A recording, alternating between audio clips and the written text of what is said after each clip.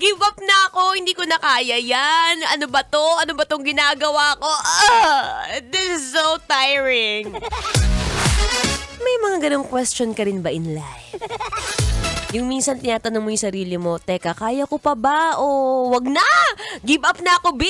Wala, hindi ko na kaya to. I give up! Hirap talaga, no? Kapag minsan nangangailangan tayo ng pera, pero minsan napapagod na rin talaga tayo. Anyway, kasama nyo rin naman papagod dito sa studio. Ang inyong daldalerang atleta, DJ Myra Tony. May mga ganong part talaga tayo sa buhay na feeling natin hindi na natin kaya. Feeling natin puro na lang problema, wala na bang ginhawa sa buhay. Alam mo, may ganyan din ako. Alam mo yung minsan kapag nasa isang lugar ka, minsan iniisip mo, teka lang, tama ba itong ginagawa ko? Kunyari pagkagising ko sa umaga, tatakbo ko ng sobrang aga. Tapos syempre, imbis na itulog ko na lang, ipahinga ko na lang, ang sarap kaya yumakap sa kanya, sa kumot. Pero syempre, dahil kailangan natin ng pera, minsan kailangan natin ng extra kayod. Diba? So meron ka bang mga laban sa buhay na feeling mo, yoko na.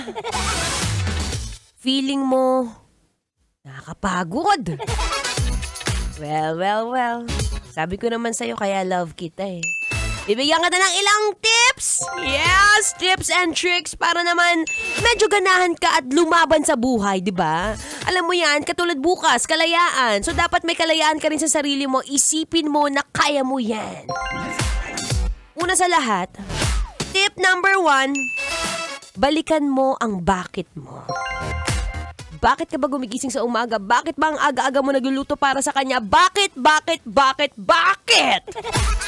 Diba, isipin mo, teka lang, oo nga no, napapagod ako para sa pamilya ko. Napapagod ako para sa mga anak ko. Na kapag nakikita mo na kumakain sila ng 3 times a day, grabe, busog ka na kahit ang ulam nyo lang ay tuyo. Diba? Tip number 2. Ayan. Siyempre, imbis na ang lagi mong kasama mga tropa mo sa kainuman, umanap ka rin ng mga tropa na talaga naman makakapagka-motivate sa'yo. Kunwari, tumopa pa ka ng teacher, be. Oo, yung teacher na feeling mo kaya kang bigyan ng advice kung paano mag-budget ng pera, o kaya trumopa ka ng accountant. Para alam niya kung saan mo gadalhin yung mga finances mo. Ganon, para paminsan-minsan. Hindi lang pwedeng glok, inom, yosi sa tabi, sa bakan. Wag ganon. Diba? Sige, mamaya. Maya lamang ako'y magbabalik. Habang kayo nag-relax dyan. Wag masyado mainit ang ulo, B. Here is another song brought to you by Marco Sison entitled Sabik na Puso. Ang pag-ibig minsan ay Metro Zone.